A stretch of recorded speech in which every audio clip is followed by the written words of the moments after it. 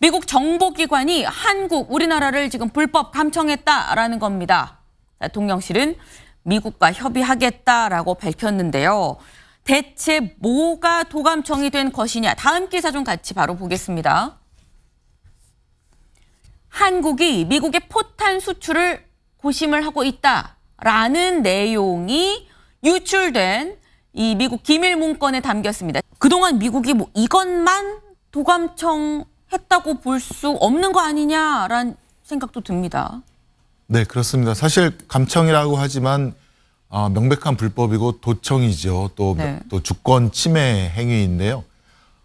사실은 이제 대통령실을 용산으로 이전할 때부터 성급하게 이전할 때부터 예상할 수 있었던 사태가 일어나지 않았는가 그런 생각이 듭니다. 예전 청와대에는 대통령실이라든가 혹은 지하 벙커라고 하는 곳은 도청이 될 수 없는 곳이고 또 내부망과 외부망이 완전히 분리된 그런 인터넷망을 갖고 있어서 쉽게 뚫리지 않는 곳인데 지금 이제 대통령실을 용산으로 옮기면서 지금 이런 사태가 드디어 일어난 것이 아닌가라는 생각이 들고요. 그럼 이게 과연 처음일까? 그렇지는 않을 것 같습니다. 예, 지금 이렇게 쉽게 뚫린 것들이 예전부터 자주 있었다라고 보여지고 사실은 그 방 안에서 대화자들의 그 대화 목소리의 진동 갖고도 그것 갖고도 어떤 내용의 대화를 하는지 다 알 수 있다라는 그런 얘기가 있지 않습니까? 항상 그걸 염두에 두고 해야 되는데 당사자들이 아마 보안 장치가 안 된 휴대폰을 사용한다든가 보안 의식도 좀 결여됐다 이렇게 좀 보여집니다. 다음으로는 좀 대통령실 대응도 조금 너무 약한 것 같습니다. 이건 명백한 불법에 대해서는 당당하게 대응을 하고 미국에 항의를 하며 재발 방지라든가 또 아까 윤경호 위원님께서 말씀하신 것처럼 우리도 그에 상응하는 대가라든가 그런 걸 얻어야 될 때가 아닌가 이런 생각이 듭니다. 대통령실의 대응을 좀 말씀을 주셨는데 전 의원님 아직 대응을 하지 않고 지금 고민하고 있는 단계 아닌가요? 예, 미국과 협의를 하겠다는 내용으로 발표한 것으로 알고 협의를 있습니다. 한다는 그 내용 자체가 네네. 아까 자료 화면에서도 나왔지만 푸틴 대통령이 작년 10월에 이미 이런 내용에 대해서 알고 있다, 우려를 표한다라는 내용이 있지 않았습니까? 그러면 대통령실 특히 안보실에서는 그런 내용이 왜 러시아 대통령이 알고 있는지 그런 등등을 갖다가 살펴서 벌써 진즉에 준비를 했어야 되는 그런 사안이 아닌가 싶습니다. 지금 이제 3월 달에 다시 또 이런 보도가 나오고 있다는 것은 그 전에 이런 것들이 지금 그 안보실에서 컨트롤이 안 되고 이렇게 돌아다닌다는 그런 것이고요. 그다음에 그 내용도 그냥 누구랑 밥 먹었다가 아니라 러시아가 크게 우려할 만한 내용을 담고 있는 것이지 않습니까? 그런 거에 대해서도 사전에 지금 대응을 하고 있는지 심히 우려되는 바가 큽니다. 러시아마저 등 돌린다면 우리 외교는 정말 빵점을 넘어서 마이너스 점이라고 줄 수밖에 없는 그런 상황이다라고 보입니다. 윤 대통령이 회식하는 횟집이 우길기? 여당 역겨운 가짜뉴스다라고 지금 얘기를 했습니다. 이게 대체 무슨 얘기냐? 윤 대통령이 지난 6일 부산에 갔었습니다. 부산에 가서 지금 그림을 같이 보시면 횟집에서 같이 회식을 했습니다. 횟집에서 회식을 하고 지금 나오는 모습인 건데요. 근데 이 횟집의 이름이 일광입니다.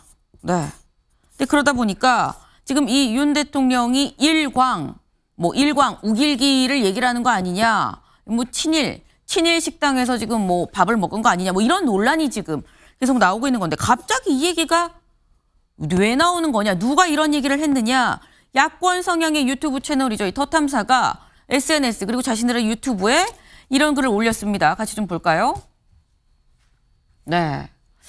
일광에 대해 조금 알려드리겠다라고 하면서 이 일광은 일제강점기에 만들어진 행정구역이다. 그리고 일광이 영어로 선라이즈, 우길기 상징 아니겠느냐라고 얘기를 하면서 윤 대통령이 우길기, 이 선라이즈 이런 느낌의 이런 뜻을 가진 횟집에서 지금 밥을 먹고 나왔다라는 주장을 지금 내놨습니다. 근데 그러다 보니까 여기에 대해서 발끈하고 나선 사람 여기 기장이 지금 지역구로 이 지역구로 가지고 있었던 하태경 의원이 SNS에 또 뭐라고 올렸느냐. 조목조목 또 반박을 했습니다. 일광이란 이름이 친일이면 현재 일광읍에 사는 사람들이 다 친일파입니까?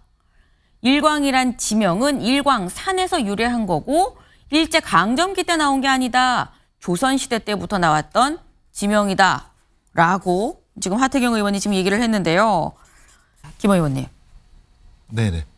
뭐 횟집 이름 자체만으로 친일과 연결시키는 것은 저도 무리가 있다라고 생각을 되고요. 네. 다만 이제 국민들께서 걱정하시는 것은 그 윤석열 대통령이 이제 그 전쟁 범죄로 인한 손해배상 청구 그 채무를 대신 우리가 갚아주겠다라고 하는 부분이라든가 또 후쿠시마 오염수 방류에 대해서 적극적인 태도를 취하지 않는 것이라든가 국제해양법 재판소 제소를 통해서도 해결할 수 있는 방법이 있는데 그런 것에 대해서 전혀 논의조차 하고 있지 않는 모습이라든가 또 한국 반도체 단지에 일본 소부장 기업을 유치하겠다라든가 네. 그런 그 퍼주기식 친일 굴욕 외교에 대한 걱정이 이런 일광 횟집이라는 이름과 함께 어울려져서 이런 것이 계속 이렇게 확산되는 것이 아닌가 그런 생각이 듭니다.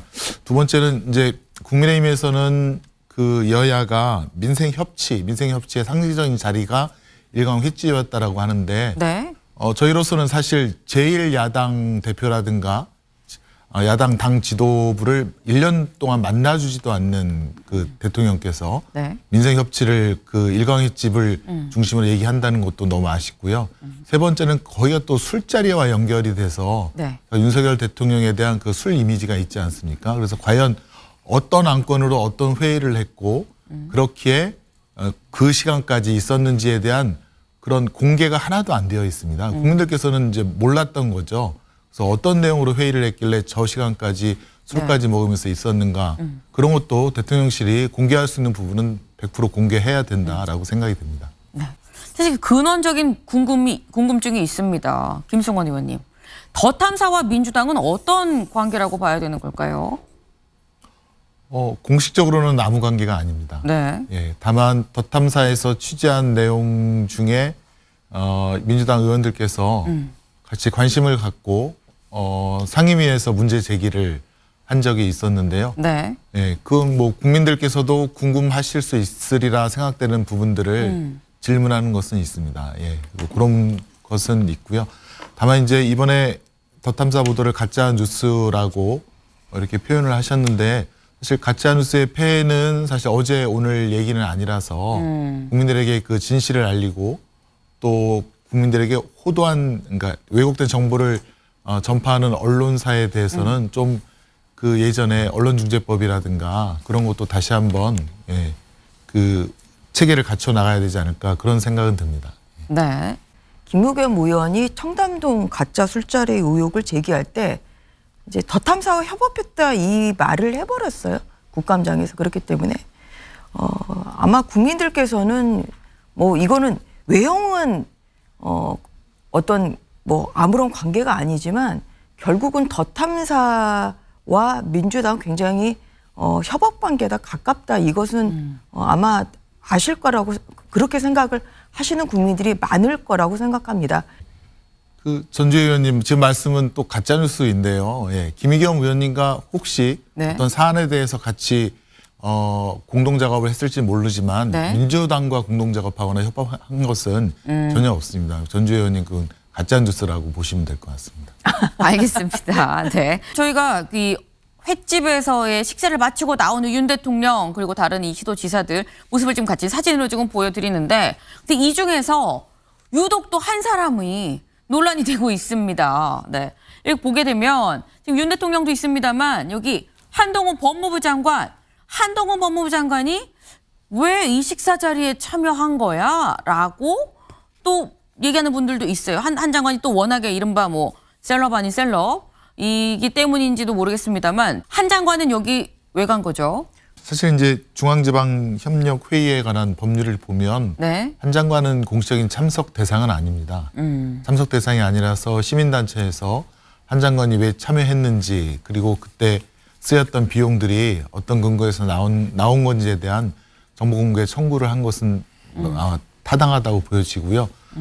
과연 그 안에서 어떤 내용들의 대화가 오고 가고 안건이 있었는지를 좀 밝혀야 국민들께서도 좀 이해를 하고 수긍을 하든지 아니면 더 비판을 하든지 그런 태도가 나올 것 같습니다. 네. 계속 식사 자리에 대한 논란이 주말 내내 그리고 오늘까지도 좀 계속 이어지지 않을까 하는 좀 생각이 듭니다. 이낙연 전 대표의 장인상에 이재명 대표가 조문을 갔습니다. 두 사람 만난 게 대선 경선 이후에 13개월 만에 만났습니다. 1년이 넘어서 13개월 만에 만난 두 사람. 네. 두 사람 만나서 대체 무슨 얘기를 했느냐? 이재명 대표가 미국에 강연하신 거 참 좋더라고요 라고 얘기를 했고, 이낙연 전 대표 당을 좀 잘 이끌어 주십시오 라고 얘기를 했다고 합니다. 이재명 대표가 긴장을 했든 이낙연 전 대표가 더 긴장을 했든 분명한 건 일단 민주당 내부에 약간 살짝 좀 긴장감이 도는 것만은 좀 많은 것 같습니다. 근데 그러면 김 의원님, 이 긴장감은 어느 쪽에서 더 크게 느낄 거라고 보세요? 김 의원님 입장에서 보실 때.